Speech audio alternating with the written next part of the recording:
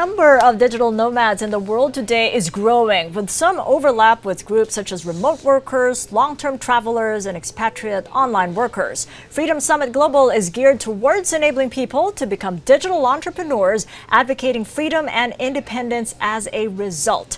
Well, with us now for more is Fabio Aromatici, the speaker and co-founder, Freedom Summit Global. Good to see you, Fabio. Welcome to the program. Thank you, Kathy, for having me here. All right, so let's start with that phrase, digital entrepreneur, because it could get really confusing when you consider digital nomad versus the travelpreneur and the freelancer versus the entrepreneur.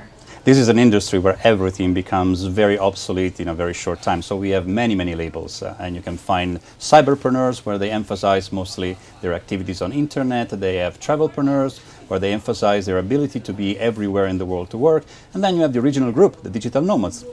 More of a lifestyle than a profession, but still they use their ability to be on the internet and produce their activities and the value to travel around the world. But so every day something changes. It does. So a digital entrepreneur is what, the more all-encompassing word or phrase for every one of the above? We are trying to, but also to bring more value to the business and to their activities. We have growing groups in the Philippines also of VA, virtual assistants, which are very flexible, and now they are together in consortia. Or you have small brick and mortar activities that are trying to enter the digital arena.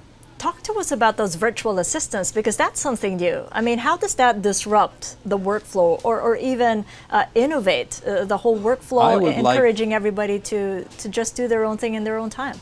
I would like to think of it as an evolution rather than a disruption, in the sense that we need more flexible workforce and a very good ability in helping companies and also other digital nomads. So these are groups of people that are helping at a reasonable price, but also with very good skill and flexibility, other companies, not exclusively digital nomads, but also corporations as well. You're a digital entrepreneur yourself. I mean, you started out being an executive and a manager for 25 years from Italy all the way to Austria.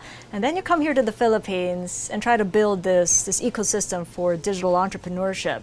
I mean, why digital entrepreneurship and why the Philippines? Well, when in fact we've got this infrastructure deficit, infrastructure that involves internet connectivity. Not really that fast compared with other Southeast Asian nations.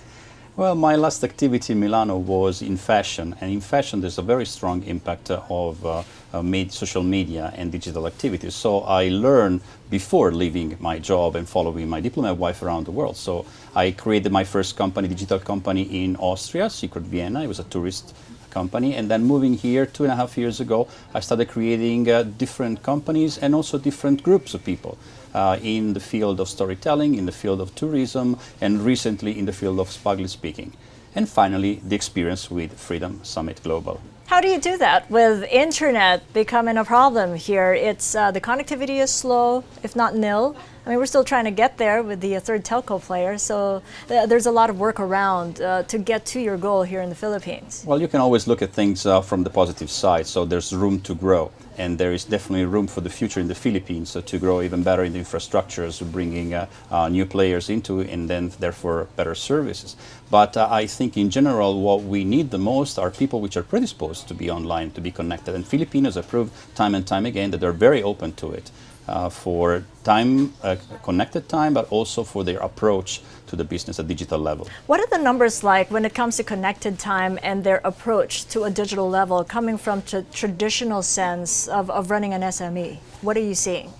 Well, first of all, when we're talking about connectivity in the Philippines, we know very well that most of the time is spent on social media. So you need a conversion to more profitable activity on internet. But the opportunity is there, and recently the Philippines have been ranked #1 in terms of a group of small income, low income and medium income, and for their ability of having high skills, high level skills, and also having talent impact. We think that the talent in the Philippines is extremely strong, and through our activity also we want to bring Filipino success stories to other countries Southeast Asia, like we did last year with Summit Global.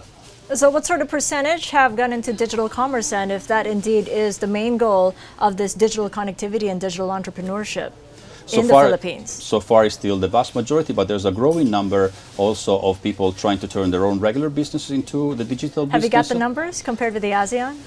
Actually, we're still comparing not so well compared to the rest of Asia, but it is still a growing number at the same time. I would say it's a growing experience for many people. Also, they're trying to shift from a more regular trade and commerce to e-commerce. And that also includes the telecommuting law. I mean, in a way, how is that changing the way people think around working from home versus the traditional arrangement of working in the office now that that law has been enforced since last year? We think this is a step in the right direction because it's not only seizing an opportunity for the Philippines, but it's also accompanying a process which is already happening nonetheless.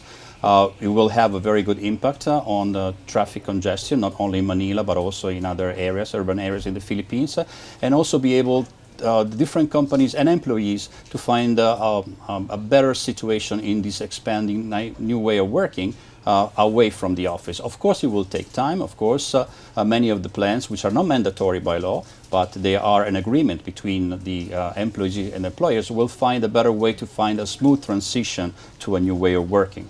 And find that perfect timing of when to actually let go. I mean, you're advocating unshackling from those work hours. So what would you advise an entrepreneur who is tied to a job and is actually building a flourishing SME? Well, first of all, we want to release people from being stuck in traffic for a long time. So it's important that they work from locations which are close to where they live, and doesn't necessarily mean from home. There are many other opportunities, including co-working spaces, which is a growing opportunity here in the Philippines. At the same time, we are not advocating to leave their corporations, but maybe to start and find a side business and see how it goes for them. This is not a job for everybody, but we think there is an opportunity for many. We're also working with other associations here in the Philippines, like Philippine Home-Based Moms, and they have over 170,000 members, and many of them are proficient with digital skills, and they can be encouraged to become digital entrepreneurs. You know, one of the biggest challenges being on 24/7 is really how to disconnect. And that is something that I got in a report, in a study by and Co. from Fiverr and Remote Year. It reveals that over a third of the respondents said their top productivity blocker was having trouble disconnecting from work. So what do you advise around that? Well, especially when you work outside an office, you need to build your own schedule, which is a freedom and a responsibility at the same time. And this is why we are in favor of smooth transition from more classical way of working. And you have to reserve time for yourself, time for your loved ones, and it's basically up to you to do that. But also through our training, we provide people tools and coaches that can help them to build their own schedule in a positive, effective way to refine the balance between work and family. Final point, do you think you found that balance between work and life Definitely, and family? I definitely did, and so we invite all of our viewers to come to our event on May 1st and May 2nd here in Manila to experience this possibility with Freedom Something Global.